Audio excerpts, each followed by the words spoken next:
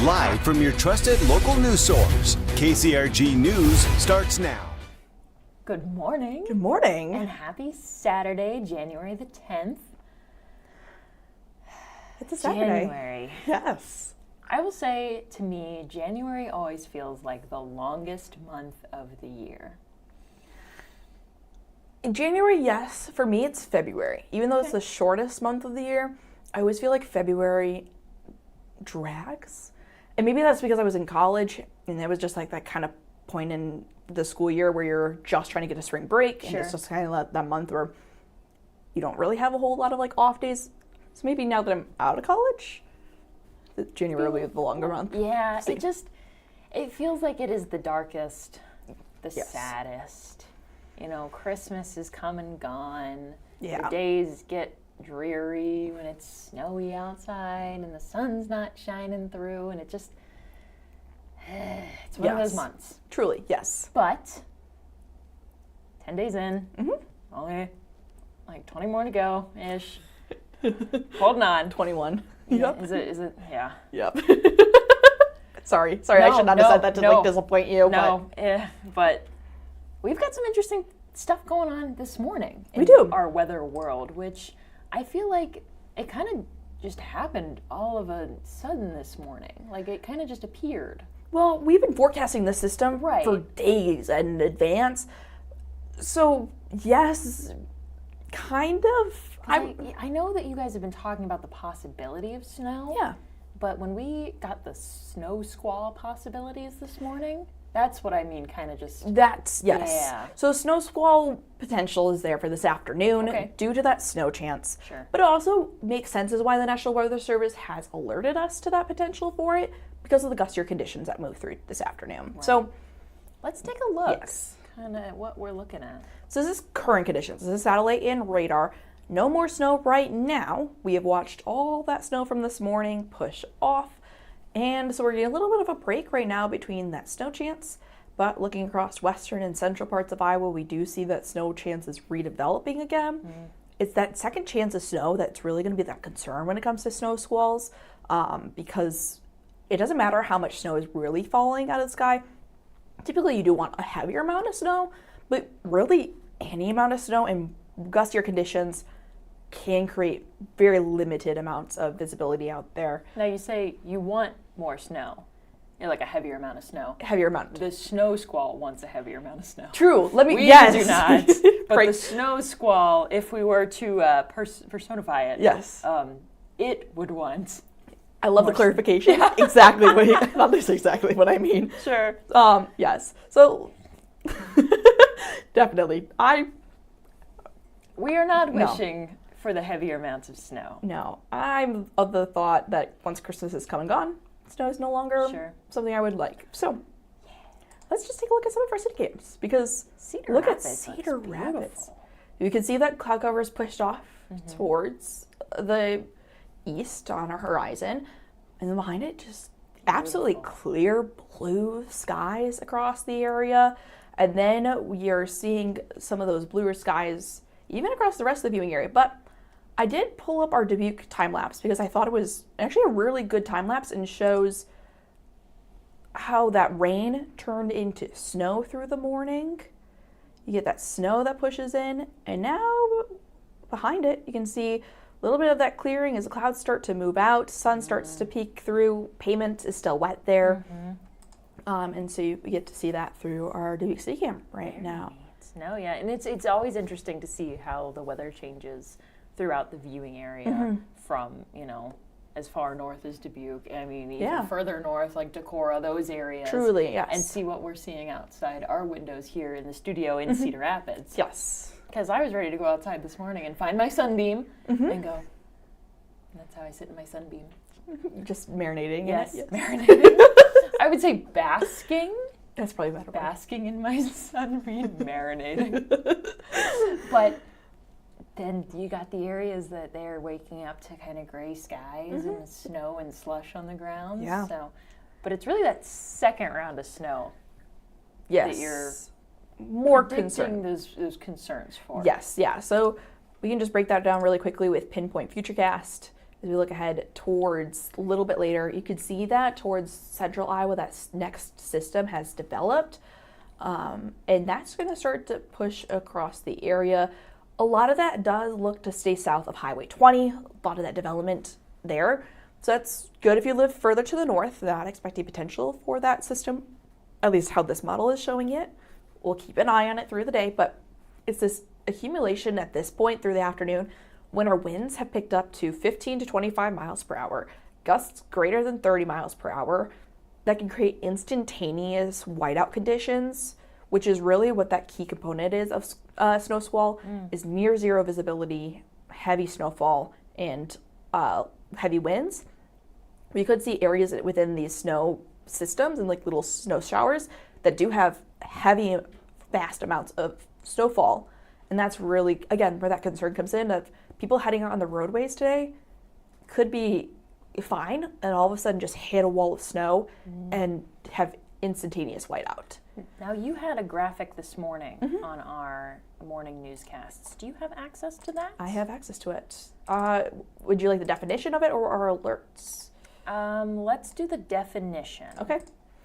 So the definition of a snow squall warning is a short-lived heavy snowfall event.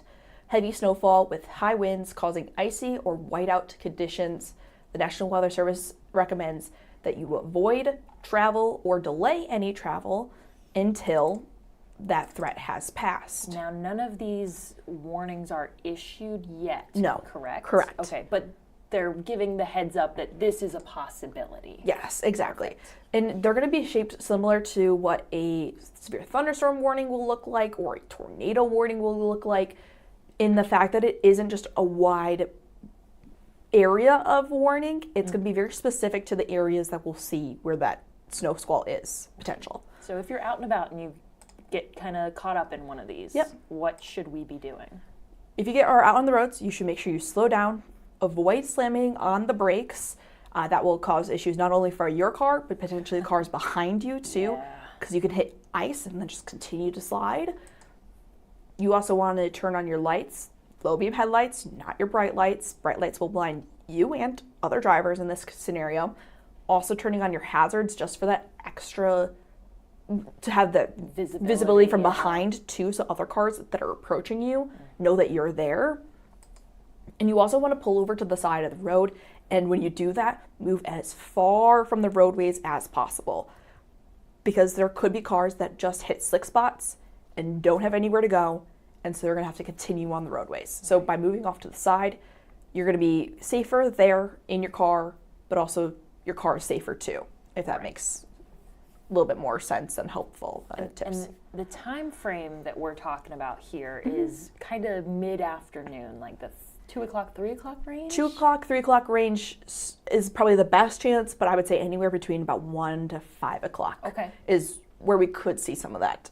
Models are still very undetermined on where this exact timing of each of these individual systems will be.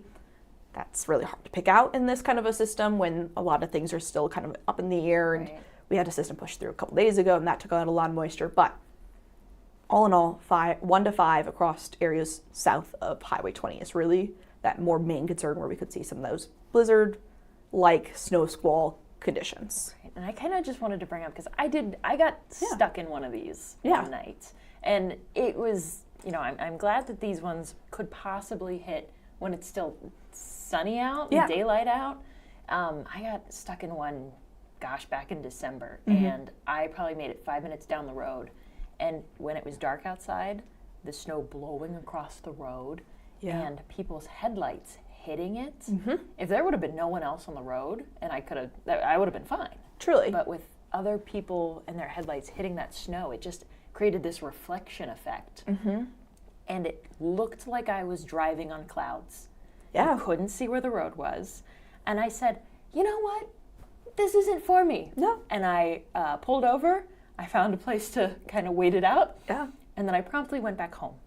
So I didn't make it to my destination that day, but that was okay. That's okay. And that's exactly what we would like people to do in this instance, should they encounter it.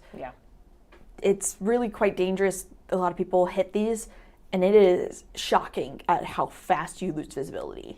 Because that's the whole thing of this, is it's instantaneous. You could be fine, driving good, visibility is fine, and then you just hit a wall of snow and you can't see anything. Yeah, and it's interesting because I think if I would have parked where I was maybe 5 minutes longer, I probably could have made it to my destination because of how quickly they come in and they go. Right. But I wasn't going to risk that. No. So I just went back home and I enjoyed my evening on my couch.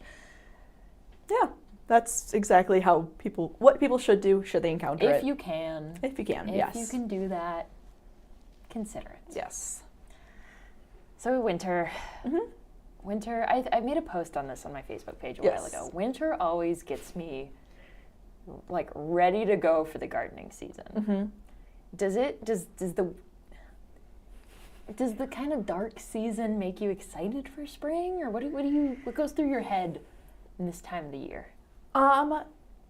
Yes, I think the darker conditions make me excited for the fact that we are heading towards more daylight, warm conditions, because you realize what you lose, and it's kind of that like, okay, it's 30 degrees outside, it's cold, it's snowing, whatever it may be.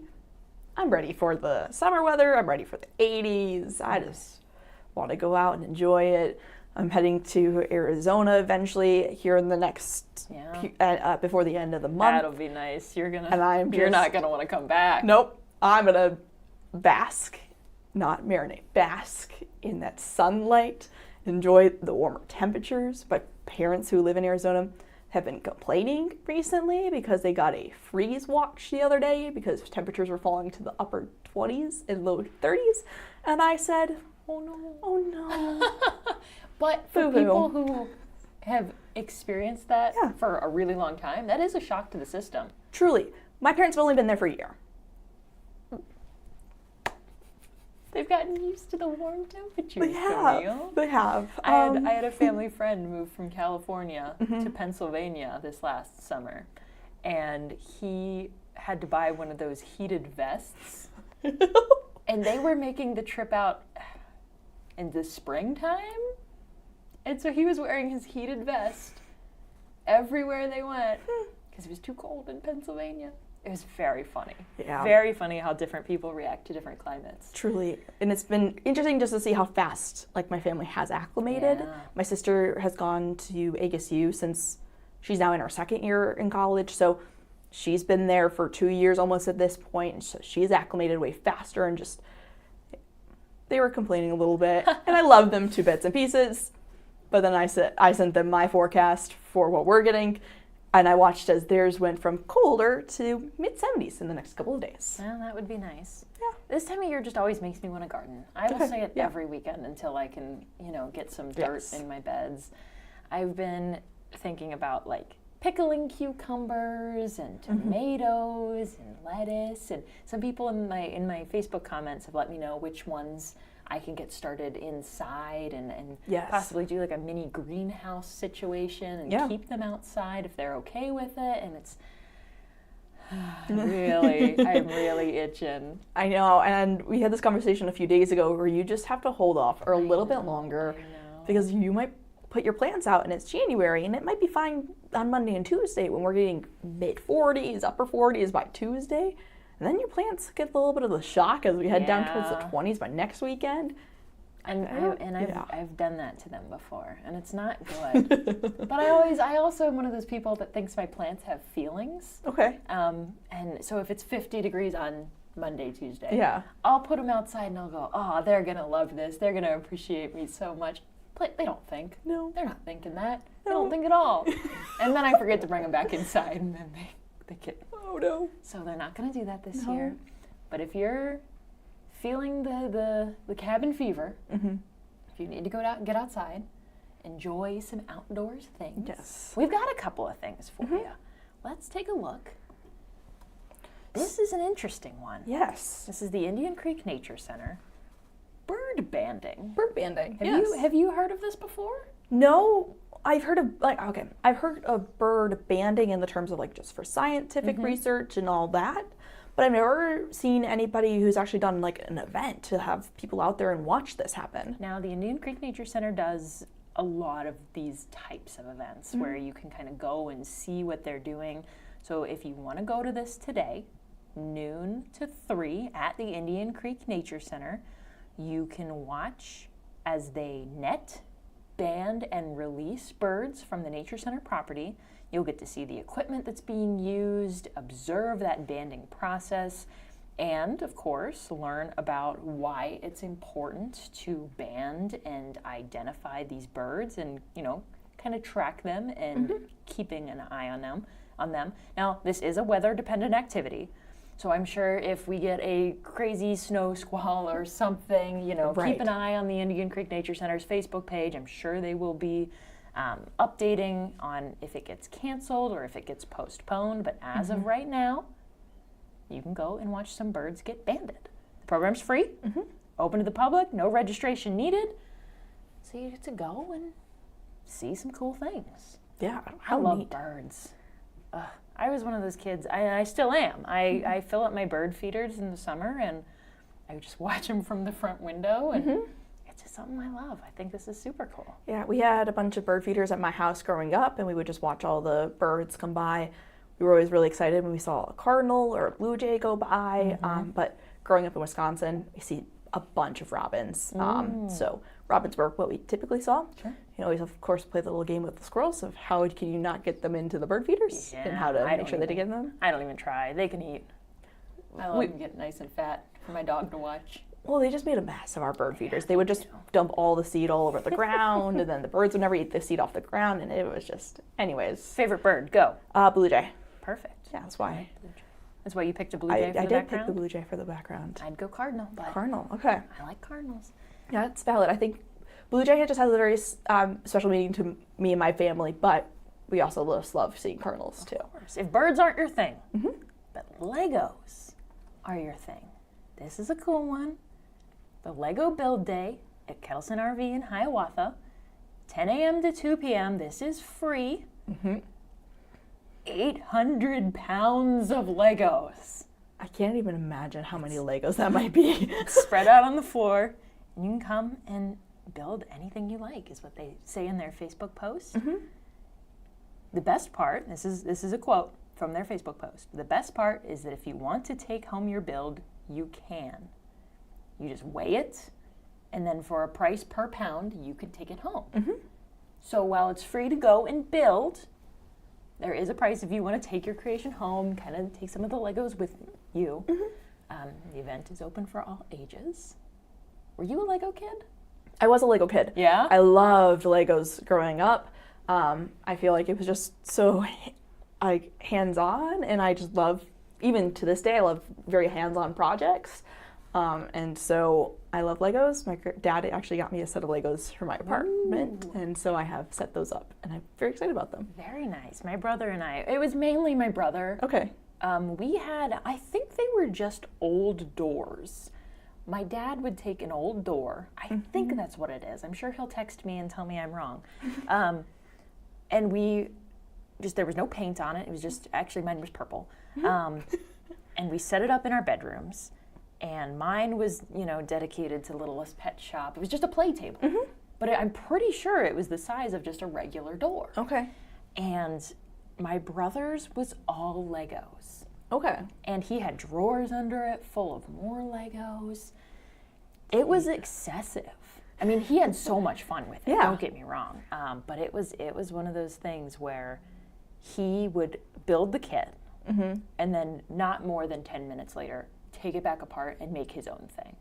I was the kid. I followed the instructions, and the thing never came apart. Yep, I'm the same way with that. Truly, they went together once. Yep. They sat there, and then they got played with, never to be taken apart again. Yep. Unless they had to be because they had to go back into the bin where they were stored, and they just couldn't store it. But yeah, when I was growing up, Lego Friends had just came out from the Lego company. So there was we got a lot of Lego Friends, but a lot of the 3-in-1 creations. So you couldn't, for those, you technically did have to break them apart to rebuild them. But oh my God, that was prime of my childhood. One of those that was like a multi-set thing. I don't remember what it was. All of my toys became, the worlds would clash. So you'd have Hello Kitty and Polly Pocket. And they were all in the same universe. So I don't remember most of the storylines, but I do remember my brother and I making stop motion videos with my Barbie plane and his Legos. Okay. On a floppy disk camera. Wow. Wow. I don't know if you can find the records of that. I doubt it. I doubt that camera exists anywhere right now. But if birds aren't your thing, and if Legos aren't your thing, what about some hockey? Some hockey. The Rough Riders are playing tonight. Puck drop at 7:05. Not too bad as you're heading to the stadium, even throughout the night. Not too bad in terms of temperatures. Watching those in the upper 20s, falling to the low 20s as things start to wrap up. But chance of snow showers through the day, mostly by the time that the event is occurring.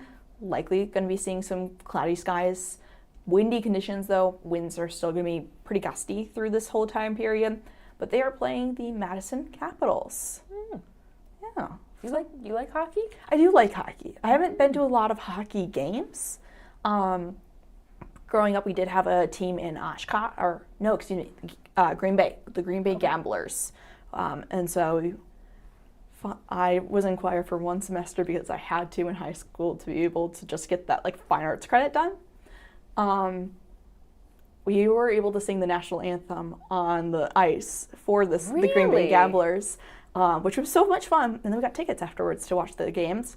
And then when I was in college, the Utah got a hockey, one of the NHL hockey teams. So the no longer called the Utah Hockey Club. I believe they're the Utah Mammoths now.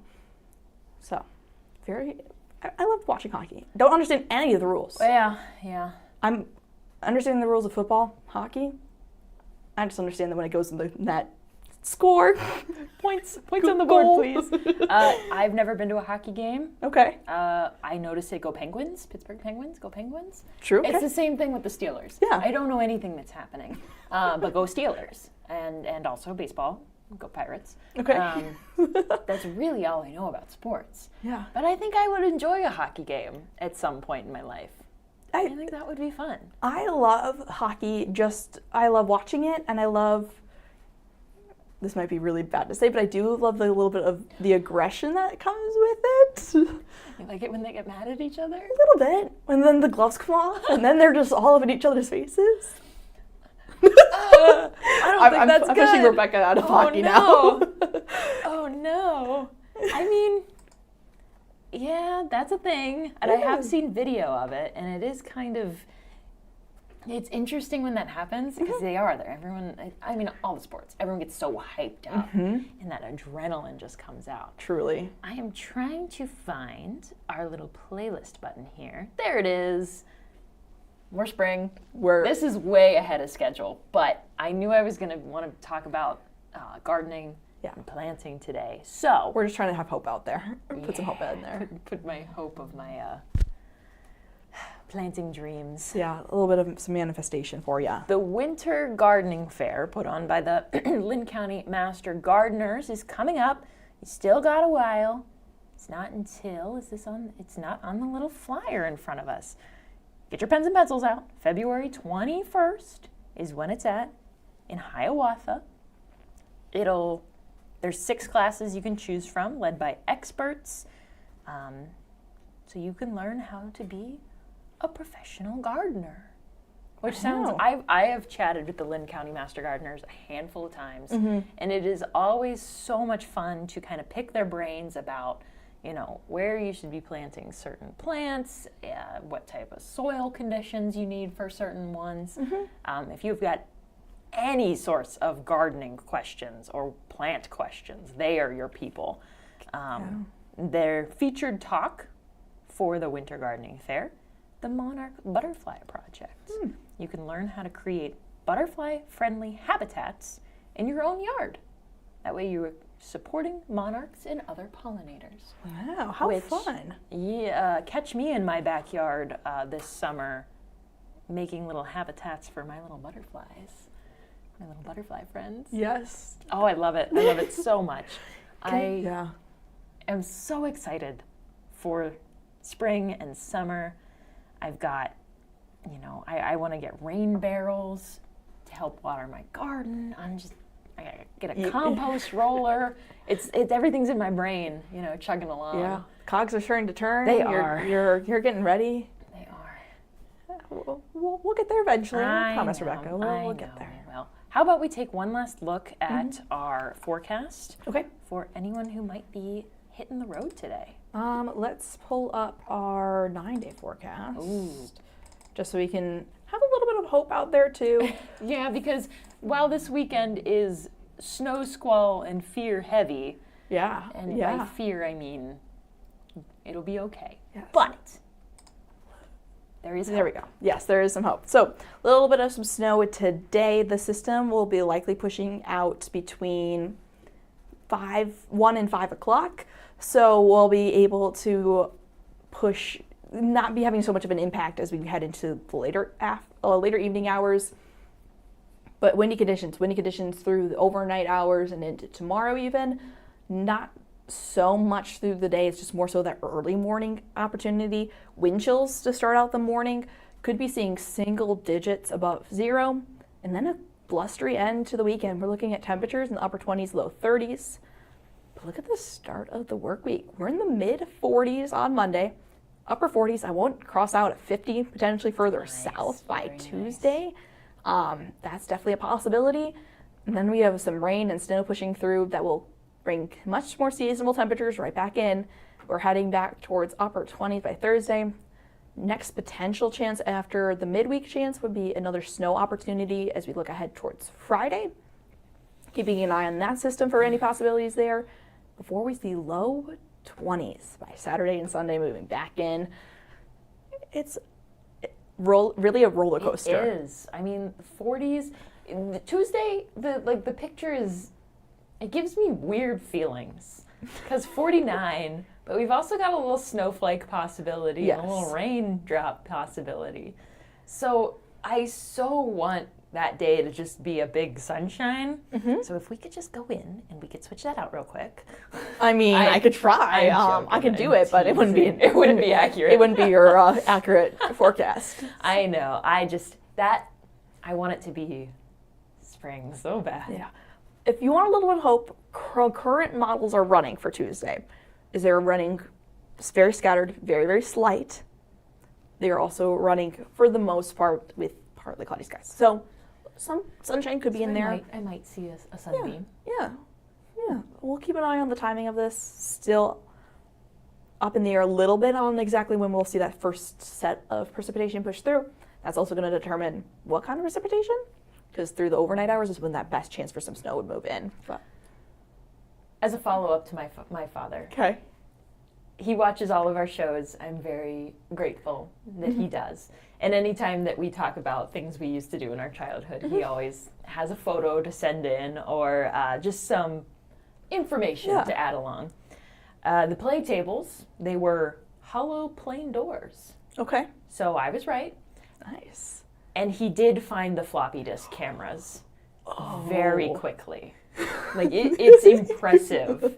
And I mean, you won't be able to see it, but he found both of them.